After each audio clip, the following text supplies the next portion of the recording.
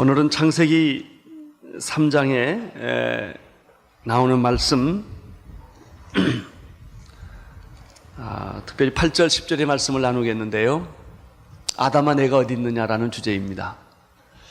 우리는 이 주제를 좀 깊이 공부하기 위해서 시편 139편을 먼저 좀 읽어보겠습니다. 시편 139편 1절에서 10절까지 여러분과 함께 한 목소리로 읽도록 하겠습니다.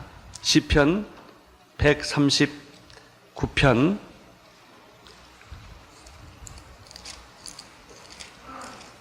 같이 봉독을 하겠습니다. 시작.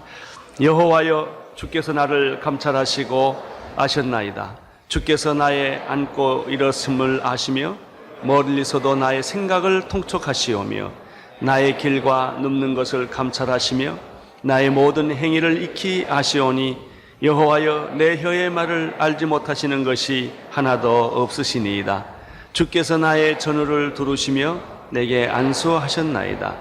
이 지식이 내게 너무 기이하니 높아서 내가 능히 미치지 못하나이다.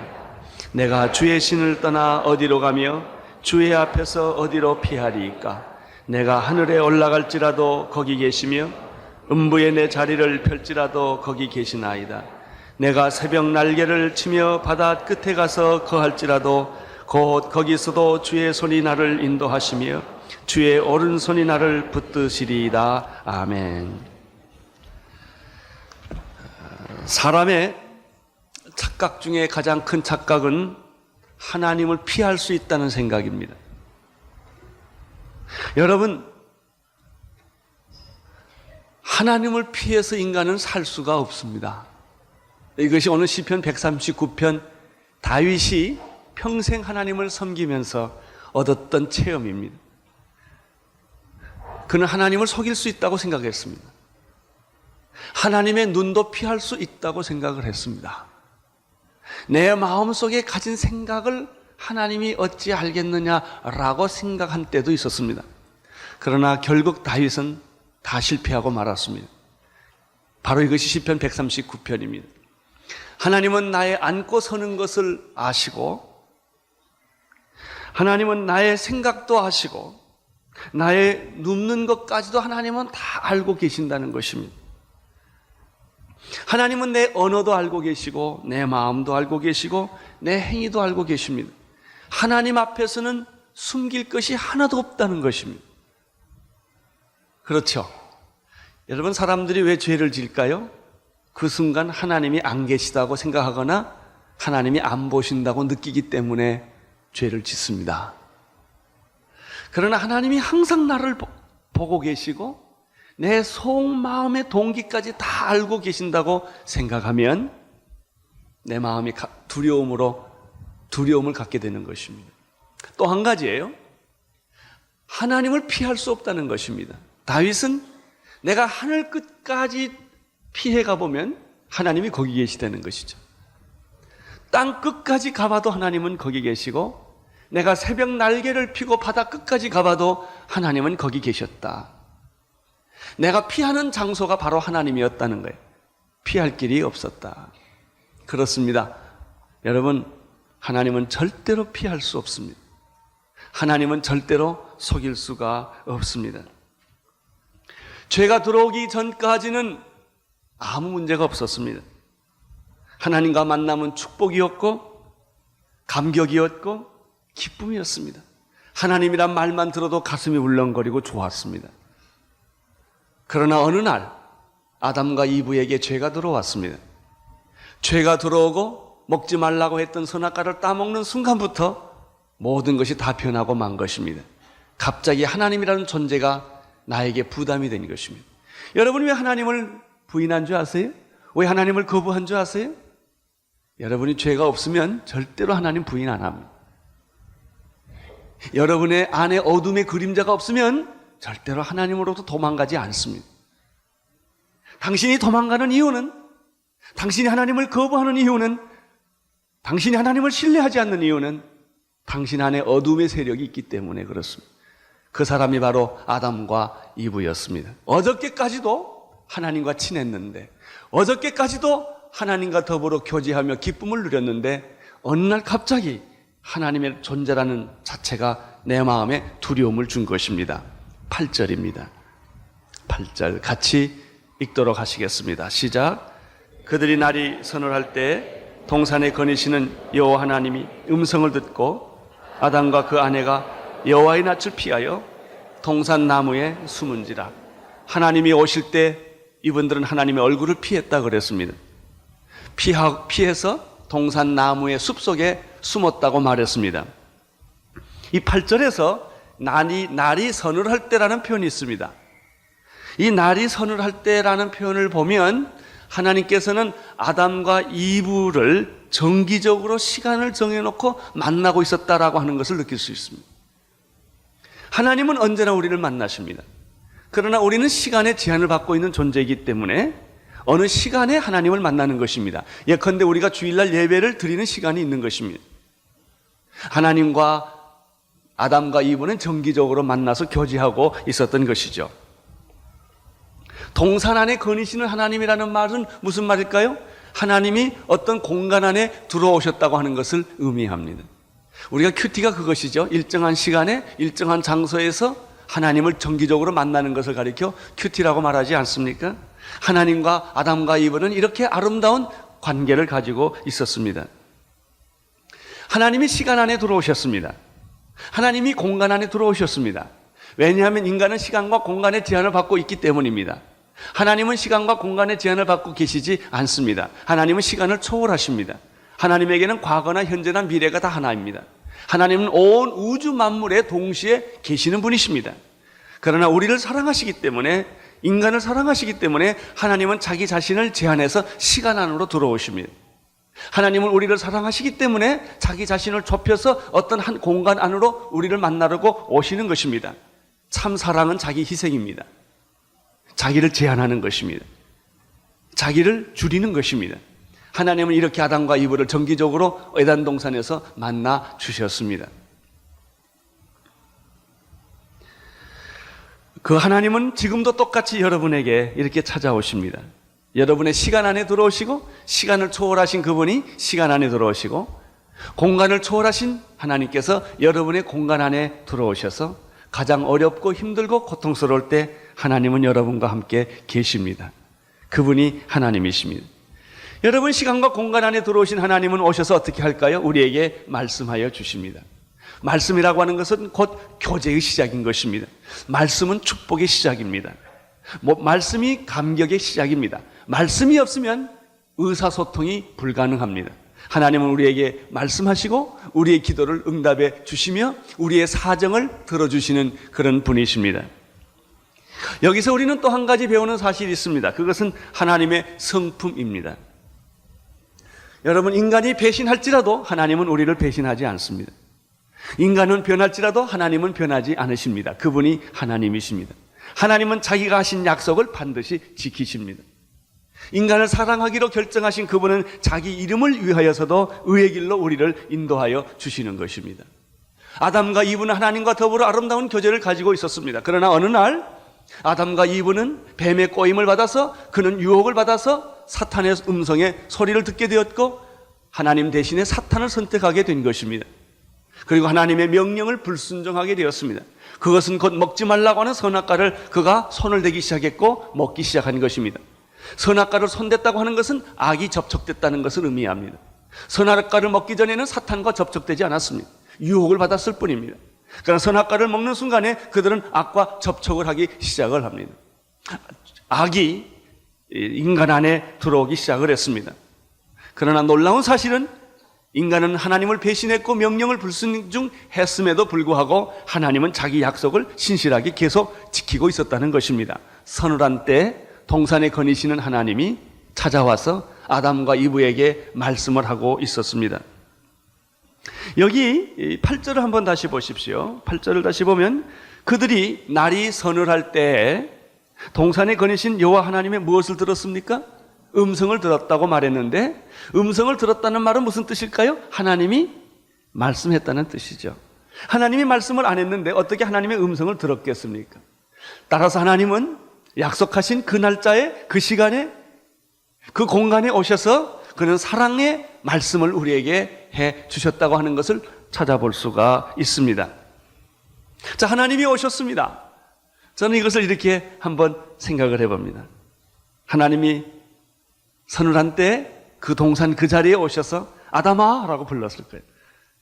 이브도 불렀겠지요. 이브야, 잘 있었니? 나야, 나 왔어. 하나님이 그렇게 아마 이야기를 했을 것입니다.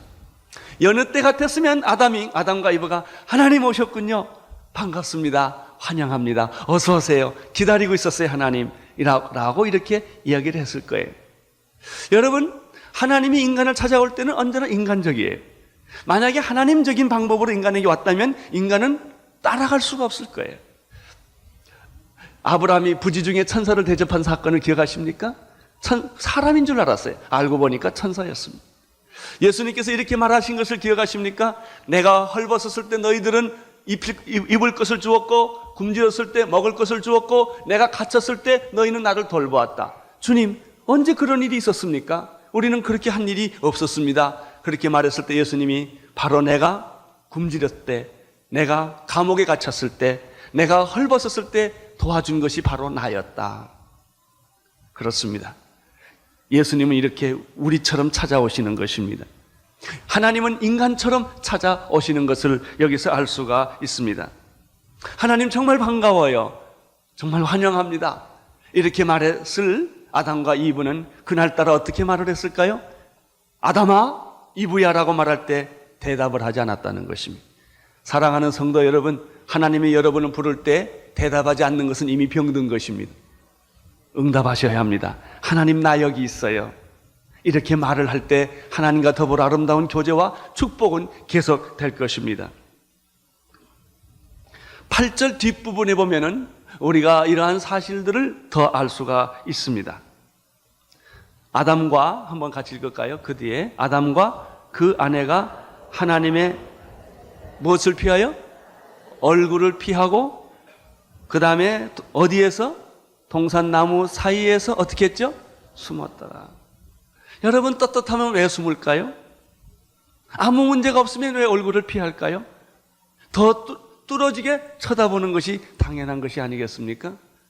그렇습니다. 오늘 여기서 우리는 굉장히 중요한 진리 하나를 배우게 됩니다. 죄의 특징은 하나님의 얼굴을 피한다는 것입니다. 죄의 특징은 숨어버린다는 것입니다. 여러분, 교회를 피하고 있을 때 이미 여러분은 병든 거예요. 사람 만나기를 거부할 때 이미 여러분은 우울증에 빠진 거예요. 하나님의 얼굴을 피하고 하나님을 거부하고 교회를 거부하고 성경을 거부하고 예수 믿는 사람을 거부하고 있다는 것은 이미 당신이 어떤 문제에 걸려든 것입니다. 왜? 죄의 특징은 사람의 얼굴을 피합니다. 부부가 갑자기 얼굴 보는 것을 피합니다. 자식이 부모 보는 얼굴을 보는 눈동자가 달라지면 이미 자식 안에 무슨 문제가 생긴 것입니다. 이것이 죄의 특징입니다. 죄의 특징은 얼굴을 피한다는 것입니다. 죄의 특징은 자꾸 숨어 버린다는 것입니다. 사랑하는 성도 여러분, 숨지 않기를 바랍니다. 얼굴을 피하지 않게 되기를 바랍니다. 죄를 짓지 않을 때는 모든 것이 투명하고 모든 것이 떳떳하고 자신이 있습니다. 그러나 일단 죄를 지으면 모든 것이 불투명하고 숨기고 싶고 뒤끝을 흐리게 되는 것입니다. 시작은 분명한데 항상 뒤끝이 흐리게 되는 것입니다. 그것은 당신 안에 이미 어떤 병이 들었다고 하는 사인입니다. 여러분, 이렇게 숨고 싶은 그 본능과 욕망은 어디서부터 기원할까요? 그 전 7절에서부터 우리는 6절 7절에서부터 원인을 발견하게 되는 것이죠. 3장 6절 7절을 한번 같이 보겠습니다. 여자가 그 나무를 본즉 먹음직도 하고 보암직도 하고 지혜롭게 할 만큼 탐스럽기도 한 나무인지라. 여자가 그 설과를 따먹고 자기와 함께 한 남편에게도 주매 그도 먹은지라. 이에 그들의 눈이 밝아 자기들이 몸이 벗은 줄을 알고 무화과 나무 잎을 엮어 치마를 하였더라. 먹지 않아야 했던 그 나무를 보는 순간 먹음직도 하고 보암직도 하고 지혜롭게 할 만큼 탐스러운 유혹이 들어왔어요. 유혹까지는 괜찮아요. 유혹은 누구든지 받을 수 있는 거예요. 유혹 자체가 나쁜 것은 아니에요. 유혹을 거절하지 못하는 것이 잘못입니다. 나는 오늘 여러분들이 유혹을 거절하는 믿음이 있게 되기를 바랍니다. 마귀는 끊임없이 우리를 눈으로 유혹하고, 보는 것으로 유혹하고, 먹는 것으로 유혹하고, 육체로 유혹하고, 끊임없이 욕망으로 우리를 유혹하는 것입니다. 유혹은 받을 수 있어요. 그러나 유혹에 빠지지는 마십시오. 그것을 거절하십시오. 그러나 아담 이브는 그것을 거절하지를 못하고 선악과를 따먹고 말았습니다. 여러분, 죄는 전념성이 있다고 제가 지난주에 말했습니다. 죄는 자기만 따먹고 끝나는 것이 아닙니다. 그 열매를 꼭 누구한테 주느냐면 남편한테 주는 것이 죄입니다. 뱀은 남편을 유혹할 필요가 없었습니다. 여자만 유혹하면 남자는 자동으로 끌려 들어오는 것입니다. 그 이유는 여자가 남자를 유혹하기 때문에 그렇습니다. 여러분, 그들이 선악과를 따먹고 발견한 것은 천국이 아니었습니다. 지옥이었습니다. 눈이 밝아졌습니다. 눈이 밝아져서 얻은 소득은 무엇입니까? 부끄러움을 보게 됐다는 것입니다. 옛날에는 부끄러움을 볼 필요도 없었고 느낄 필요도 없었습니다. 죄는 수치를 느끼게 해주는 것입니다. 이상하게 수치감을 심어주는 것입니다. 갑자기 그들은 자기들이 벌거벗었다는 사실이 부끄럽게 느끼기 시작을 했습니다. 그전에는 그런 느낌이 없었는데 선악과를 따먹는 순간, 죄가 접촉되는 순간, 사탄이 그를 만지기 시작한 순간 그들은 죄에 대해서도 눈을 뜨게 되었던 것이죠. 여러분, 우리는 죄에 대해서 눈 뜰 필요가 없어요. 선에 대해서 눈만 뜨면 되는 것이죠. 우리는 하나님에 대해서 눈만 뜨면 되는 것인데 마귀에 대해서는 우리가 눈 뜰 필요가 없었지만 이미 마귀를 만지고 말았던 것입니다. 이것은 마치 바이러스를 접촉하는 것과 똑같습니다. 순간적으로 자기들이 부끄러움을 느꼈습니다. 그들은 이 부끄러움을 해결하고 싶었습니다. 그래서 엉겹결에 그는 무화과 나무 잎을 엮어서 치마를 만들었습니다. 그렇다고 부끄러움이 없어질까요? 더 나빠집니다. 여러분, 문제가 생기면 빨리 하나님한테 오세요. 여러분이 해결하는 문제는 악수입니다. 더 나쁜 수가 계속됩니다. 고치면 고칠수록 더 나빠집니다. 손대면 손댈수록 더 나빠지는 것이 인간입니다. 하나님은 만지면 만질수록 좋아지는 분이 하나님이십니다. 여러분, 옷이 찢어졌어요? 이 옷을 꾸미기 위하여 다른 옷을 뜯어서 붙이면 다른 찢어진 옷은 더 커지는 법입니다. 하나의 거짓말은 두 개의 거짓말을 낳게 됩니다. 여러분, 거짓말 하나를 막으려면 두 개의 거짓말을 해야 하나를 막을 수가 있게 되는 것이죠. 무화과 나무는 결국 이 사람들에게 더 많은 고통과 더 많은 부끄러움과 더 많은 목마름을 주고 만 것입니다. 그래서 그들이 피할 수가 없기 때문에 무화과 나무로 그 부끄러움과 수치가 가려지지 않았기 때문에 그들이 선택한 것이 무엇일까요? 하나님의 얼굴을 피하는 것이요. 두 번째, 어디에 숨는 거예요? 나무 사이로 도망가 버리고 만 것입니다. 이것이 죄입니다. 이 단계를 지나면 다음 주일 한 단계가 더 들어갑니다. 자꾸 더 깊이 죄 속으로 들어가게 되는 것이 죄입니다. 죄는 죄를 낳습니다.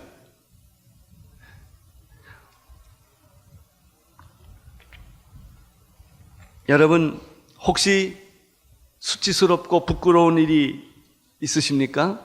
감추지 마십시오. 그것을 막으려고 하지 마십시오. 더 나빠집니다. 한 가지 방법밖에 없습니다. 예수님께 나오세요. 예수님이 제시한 방법으로 치료를 받으십시오. 그것이 보혈입니다. 여러분의 행위로는 수치가 가려지지 않습니다. 예수께서 십자가에 흘리신 보혈로 우리의 수치는 가려지는 것입니다. 우리의 부끄러움은 가려지는 것입니다. 하나님의 얼굴을 피하지 마십시오. 아무리 힘들고 어려워도 하나님이 여러분에게 접근할 때 피하지 마세요. 숨지 마십시오. 여러분, 성경을 읽는 기회를 놓치지 마십시오. 설교를 듣는 기회를 놓치지 마십시오. 자꾸 더 어려워지게 될 것입니다.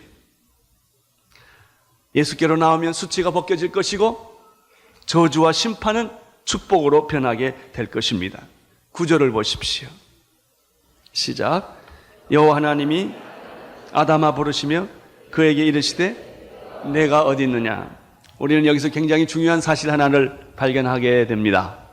하나님은 포기하지 않는다는 것입니다. 당신이 죄를 졌을지라도, 당신이 하나님을 배신했을지라도, 당신이 하나님을 피해서 숨을지라도 하나님은 하늘 끝까지, 바다 끝까지, 땅 끝까지 가서 여러분을 찾아내고야 맙니다. 이것이 하나님의 사랑입니다. 여러분, 하나님을 속일 수 없습니다. 하나님은 여러분보다도 여러분 자신을 더 잘 아시기 때문입니다. 하나님은 아담과 이브를 없다고 포기하지 않습니다. 하나님은 아담과 이브를 찾기 시작합니다. 아담아, 아담아 라고 부르십니다. 하나님은 지금 이 시간에 여러분의 이름을 부르십니다.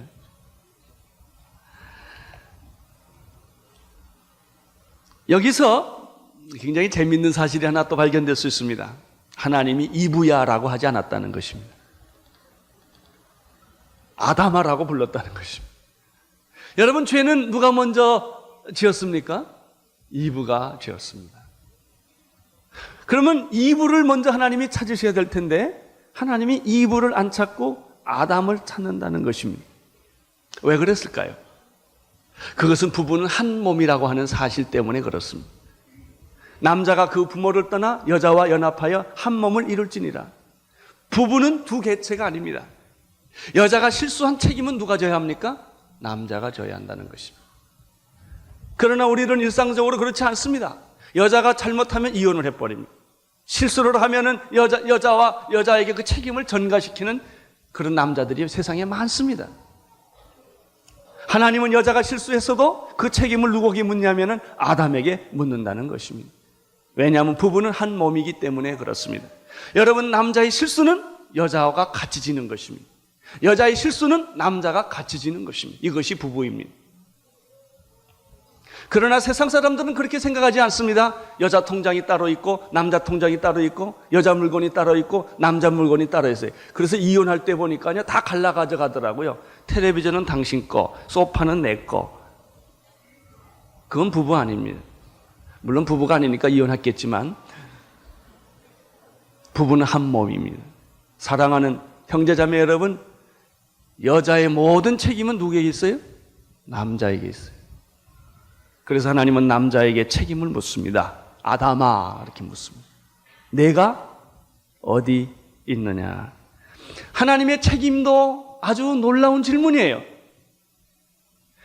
아담아, 내가 무슨 짓 했느냐? 이렇게 묻지 않으세요. 내가 어디 있느냐라고 묻습니다. 여러분, 이 질문은 인생의 본질적이고 근본적인 질문입니다. 대부분의 많은 사람들이 인간이 잃어버리고 상실한 것이 있다면 무엇입니까? 그것은 자신의 현 주소를 잊어버렸다는 것입니다. 그것이 인간입니다. 인생은 어디서 와서 무엇을 하다가 어디로 가는 것일까? 여러분, 인간의 질문에 대한 본질적인 세 가지 질문은 이거예요. 인간은 어디서 와서 무엇을 하다가 어디로 가는 것일까? 여러분, 대답할 수 있습니까? 여러분, 어디서 왔습니까? 부모에게서 왔어요?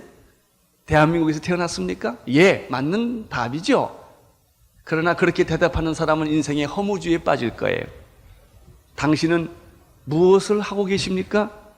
나요, 애기 엄마지요. 나는 직장에 다닙니다. 나는 교수입니다. 나는 노동자입니다.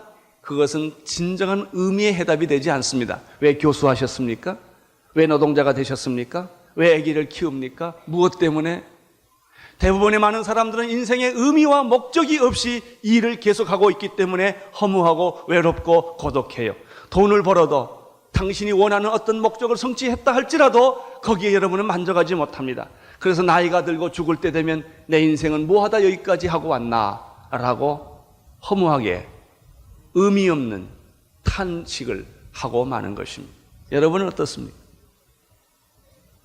여러분이 하고 있는 일의 의미를 아십니까? 그리고 죽으면 어디로 갑니까? 땅에 묻힙니까? 죽음으로 모든 것은 끝납니까? 여기에 대해서 해답이 없는 사람은 죽음에 대한 불안이 있습니다. 암에 걸리면 큰일 납니다. 오래 살아야 되니까. 사업 망하면 인생이 망했다고 생각합니다. 여러분, 사업이 망했다고 인생이 망합니까?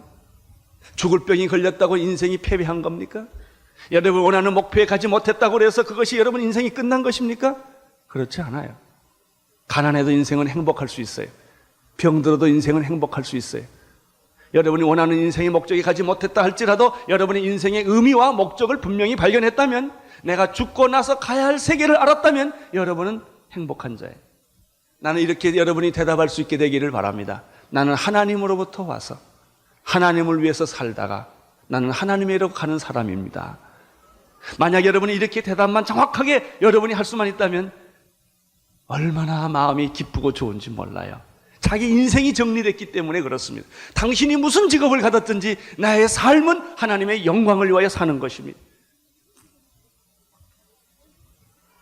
하나님은 아담에게 이렇게 질문합니다. 내가 지금 어디 있느냐? 내 인생이 뭐냐? 넌 지금 어디서 뭘 하고 있느냐? 라는 질문이죠. 이런 질문은 사실 창세기 16장에 한 번 더 나와요. 아브라함의 후처인 하갈이 있었어요. 사라한테 핍박을 받고 쫓겨납니다. 이스마엘을 낳고 그는 광야로 나갑니다. 그래서 정말 후처의 기막힌 신세, 그는 정처 없이 먹을 물이 없는 목마른 광야를 떠날 때 거의 기진맥진에 죽게 됐습니다. 이때 천사가 나타납니다. 16장 8절에 이런 말씀이 있습니다. 가로되 사레의 여정 하갈아, 내가 어디서 왔으며 어디로 가느냐? 아주 인생의 본질적인 질문을 던져줘요. 여러분, 인생이 외롭고 고달플 때 항상 이 질문이 던져지는 거예요. 죽음에 직면하면 이 질문이 던져지는 것이죠. 어디서 와서 나는 어디로 가는 것일까? 그가 가로되 나의 여주인 사레의 종을 피하여 도망하나이다. 이 도망이란 말이 또 참 중요한 겁니다.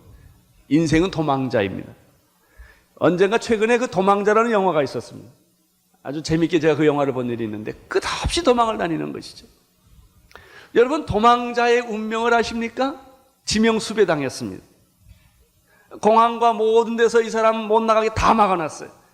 끊임없이 사람을 찾고 있어요. 그게 도망자입니다. 그 사람은 두 가지 이유로 도망갑니다. 잘못 범행을 했을 때 도망을 가는 것이죠. 죄가 있으면 도망하게 돼 있습니다. 자식이 죄를 지면 부모로부터 도망하게 돼 있어요.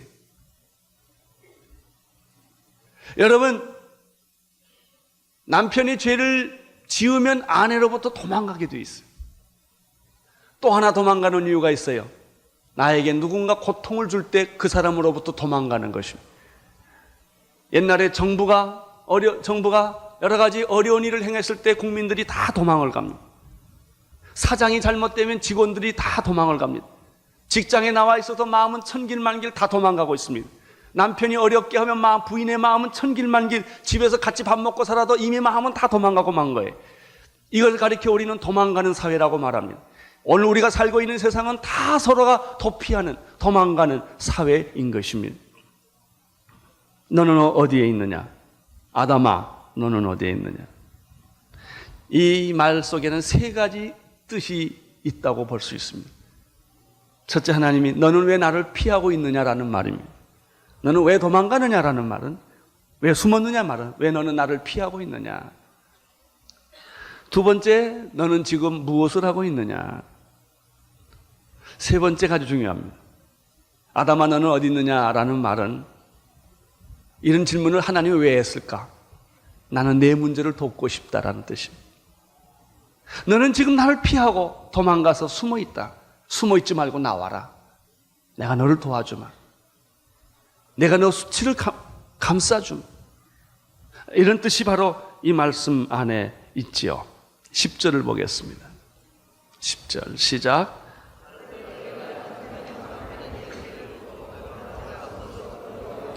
아담이 처음으로 정직한 말을 합니다.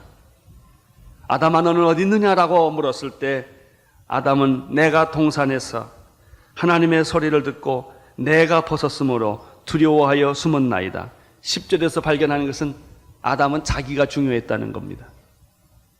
내가 동산에서 하나님의 소리를 듣고 내가 벗었으므로 두려워 숨었나이다.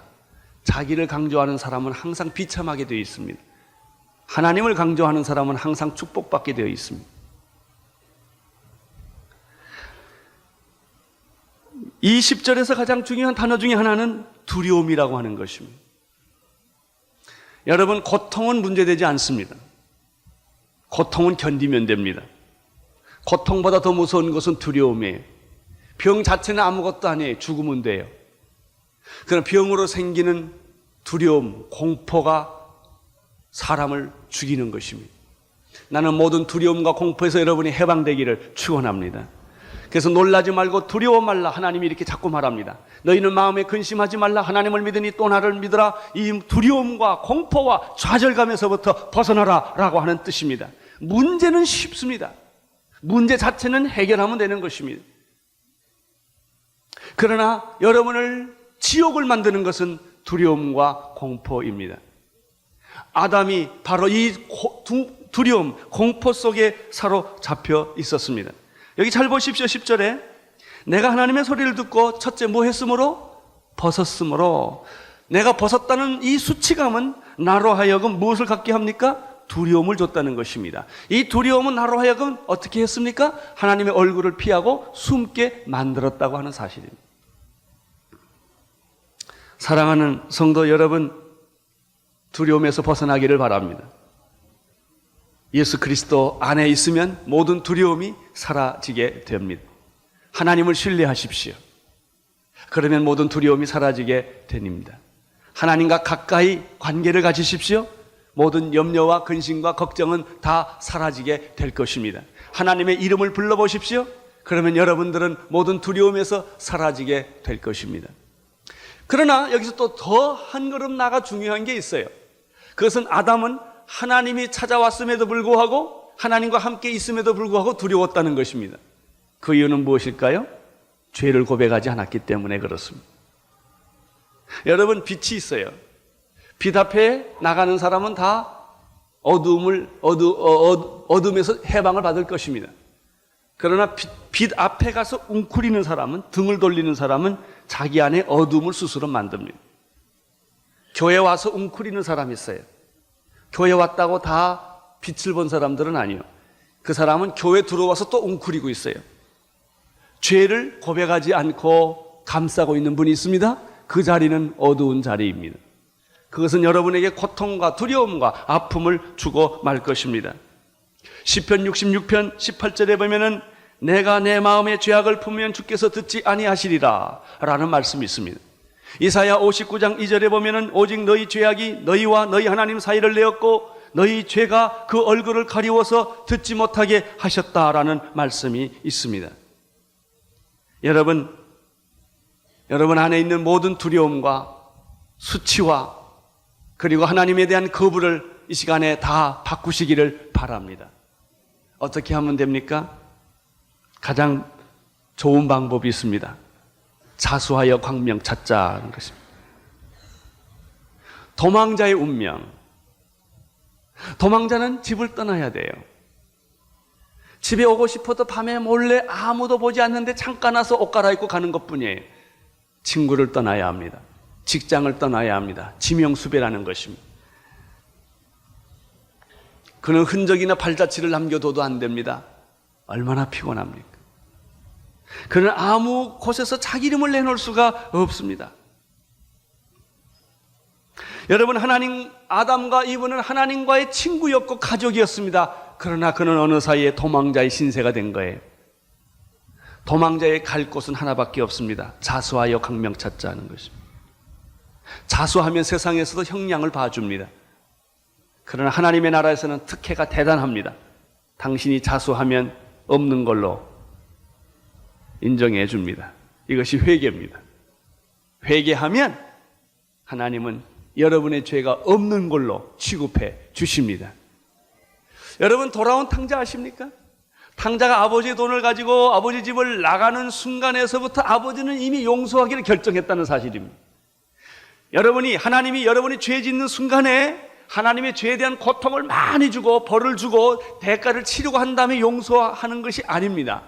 여러분이 죄를 짓는 순간에 천국에서는 이미 당신의 죄를 용서하기로 결정했어요. 2000년 전에 당신의 죄는 용서하기로 결정했어요.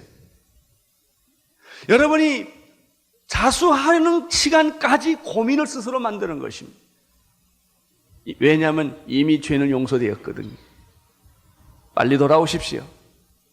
주저하는 것만큼 고민합니다. 하나님은 이미 여러분의 죄를 예수님 안에서 다 용서하셨습니다. 회개하고 돌아오기를 원하고 계십니다. 하나님은 이렇게 말합니다. 아담아, 내가 어디 있느냐? 내가 벗었으므로 내가 두려워서 숨었나이다. 여러분, 여기에서 나오는 방법은 빨리 튀어나오는 거예요. 하나님 앞에 튀어나오십시오. 하나님 앞으로 돌아오십시오. 여러분의 부끄러움과 수치를 개의치 마시고 두려워하지 마시고 하나님 앞에 나오면 여러분, 어둠은 순식간에 사라지는 것입니다. 여러분, 어둠이 떠날 때 소리 지르고 어둠이 떠나는 거 보셨어요? 방에, 어두운 방에 불 켜면, 캄캄한 방에 불을 켜면 어둠이 왁 하고 가요? 그냥 없어지는 거예요. 할렐루야. 여러분이 스스로 어둠을 몰아내려고 애써본 적이 있으십니까? 불가능해요. 어둠을 몰아내는 유일한 비결은 빛을 받아들이는 거예요. 예수님을 받아들이기만 하면 귀신은 자동적으로 떠나는 줄로 믿습니다. 예수 그리스도를 받아들이기만 하면 어둠, 악한 영들이 떠날 것이며 여러분의 나쁜 습관들이 다 떠날 것이며 무거운 짐들이 다 떠날 것이며 여러분을 괴롭히고 여러분을 두렵게 하고 여러분을 절망케 하고 여러분을 병들게 했던 모든 것들이 순식간에 다 떠날 줄로 믿습니다.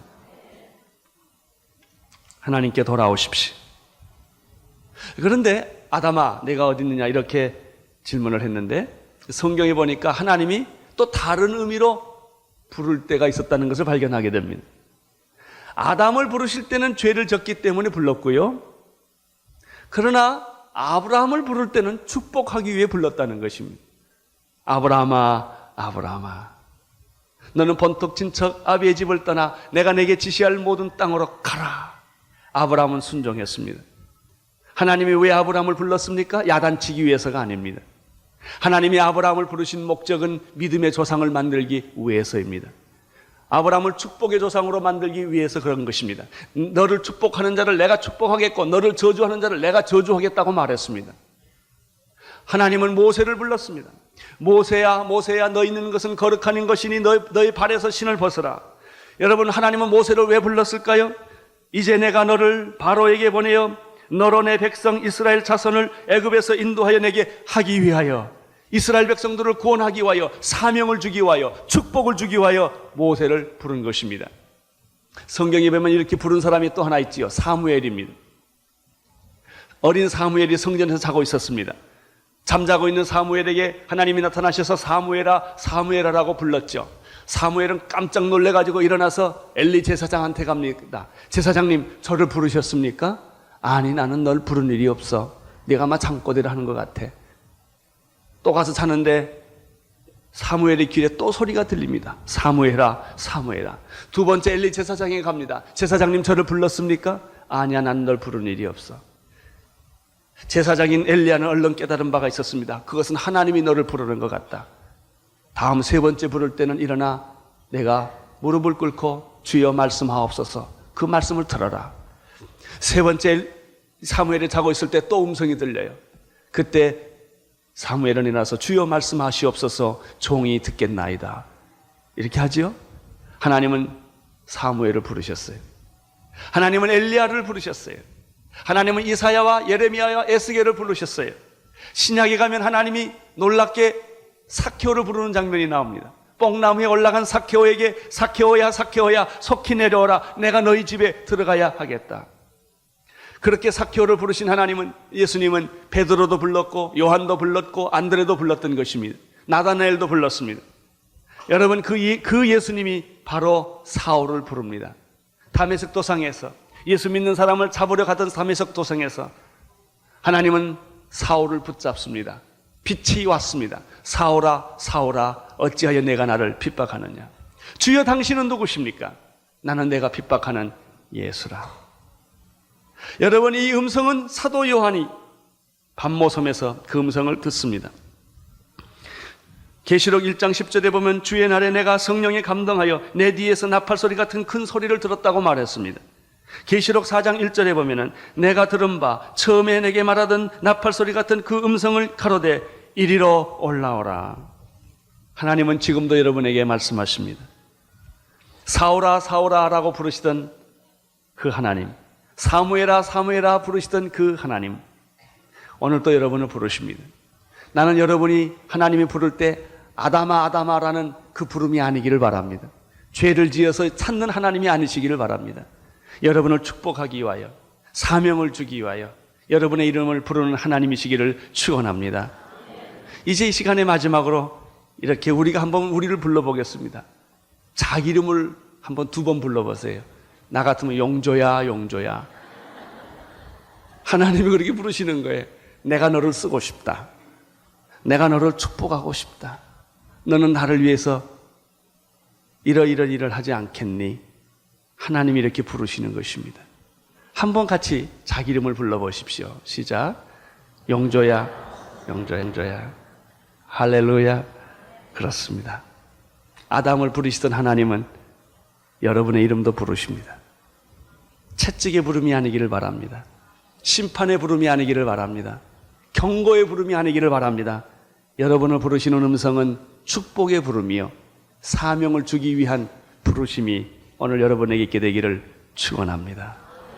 기도하겠습니다. 하나님 아버지, 주의 종들을 축복하여 주옵소서. 예수님 이름으로 기도드리옵나이다. 아멘.